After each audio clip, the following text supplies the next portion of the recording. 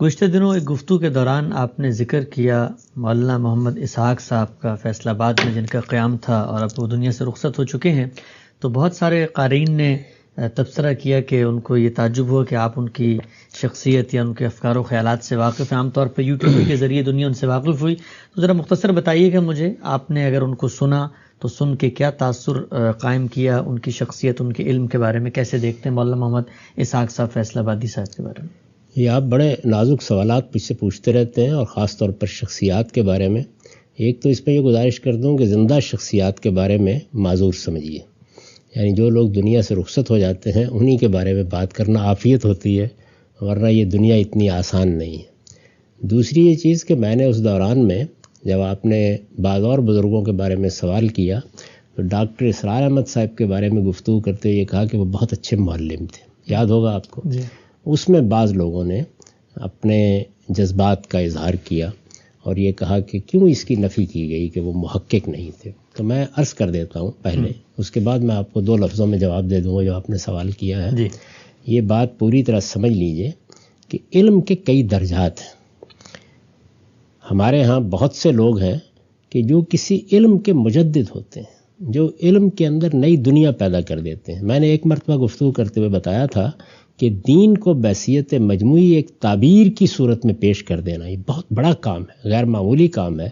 اس میں جو درجہ غزالی کا ہے، یا جو درجہ ابن تیمیہ کا ہے، ابن قیم کا ہے، جو درجہ شاہ ولی اللہ کا ہے، جو درجہ مثال کے طور پر مولانا سید ابواللہ صاحب مودودی کا ہے یا امام فراہی کا ہے، یہ کوئی معمولی درجے کے لوگ نہیں ہوتے. اس طرح کے یہ روز پیدا بھی نہیں ہوتے.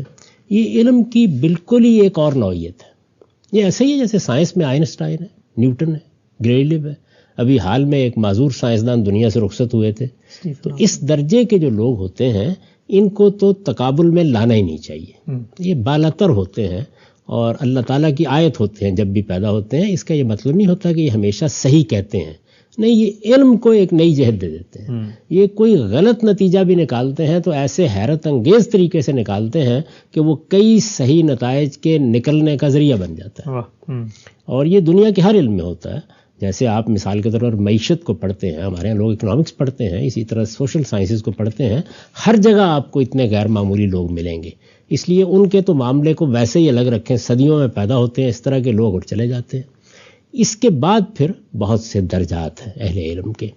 تو اس میں یہ بات ذہن میں رکھنی چاہیے کہ بعض ایسے لوگ ہوتے ہیں کہ جن کا انداز یہ ہوتا ہے کہ وہ چیزوں کو بہت اچھے طریقے سے پڑھیں گے، سمجھیں گے، ان میں ایک تالیف پیدا کریں گے، بہت عمدگی سے اس کو بیان کریں گے، اور اس طرح اعلیٰ ترین درجے کے معلم کی حیثیت سے وہ کسی علم کو پڑھانے والے بن جاتے ہیں.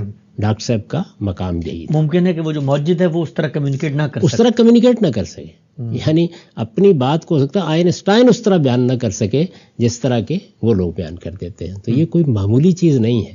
اسی طرح سے بعض لوگوں کا ذہن محققانہ ہوتا ہے، یعنی وہ جو کچھ بھی ان کے پاس علم آتا ہے، جو ان کی تاریخ بنتی ہے، تو وہ تحقیق کرتے ہیں. ان کے مطالعے میں بڑی وسعت ہوگی، ایک ایک چیز کو دیکھیں گے اور اس کے بعد اپنی آراء قائم کرتے ہیں. صحیح بھی ہوتی ہیں، غلط بھی ہوتی ہیں. تو ایک محققانہ مزاج ہوتا ہے. اس محققانہ مزاج میں بھی پھر کئی درجات ہیں. تو جن بزرگ کا آپ نے ذکر کیا مولانا اسحاق، وہ ایک محقق عالم تھے، اس میں کوئی شبہ نہیں ہے. یعنی یہ حقیقت ہے کہ وہ بہت وسیع اور مطالعہ ہے. میں نے جب بھی کبھی ان کی کوئی چیز سنی ہے ہمیشہ یہ احساس ہوا ہے کہ ان کے مطالعے کی وسعت قابل رشک ہے. اور صرف یہی نہیں بلکہ خلافیات میں خاص طور پر یہ جو اختلافات پیدا ہوتے ہیں اور ان میں مختلف آراء سامنے آتی ہیں، ان میں تو بعض اوقات حیرت انگیز طریقے سے وہ آپ کو ایک ایک چیز بتانے کی پوزیشن میں ہوتے ہیں. بریلوی کون ہے، دیوبندی کون ہے، کیا چیز انہوں نے کب کہی ہے، فلاں کی کیا رائے رہی ہے، صوفیوں کا کیا معاملہ ہے. تو ان کے ہاں ایک چیز بہت اہم چیز یہ ہے کہ وہ بہت وسیع المطالعہ شخصیات میں سے ہے. ذہن محققانہ ہے ان کا، اس میں کوئی شبہ نہیں ہے. اب یہ کہ اس کے لیے یہ لازمی نتیجہ نہیں نکلتا کہ جو تحقیق وہ بیان کریں گے وہ درست ہوگی. ذہن محققانہ ہے، اور اس لحاظ سے میں یہ سمجھتا ہوں کہ ان کو بڑی عزت کے مقام پر رکھنا چاہیے. ان سے ہر شخص کو استفادہ کرنا چاہیے. اور جو کچھ بھی انہوں نے خدمت انجام دی، یعنی بدعات کے استحصال میں انجام دی، بعض چیزوں کی تصحیح میں انجام دی، لوگوں کے اندر جو بعض غلط عقائد تھے ان کے بارے میں ان کو متنبہ کیا، بعض چیزوں کے بارے میں لوگوں کے علم میں اضافہ کیا، یہ سب بہت شکر گزار ہونے کی چیز ہے۔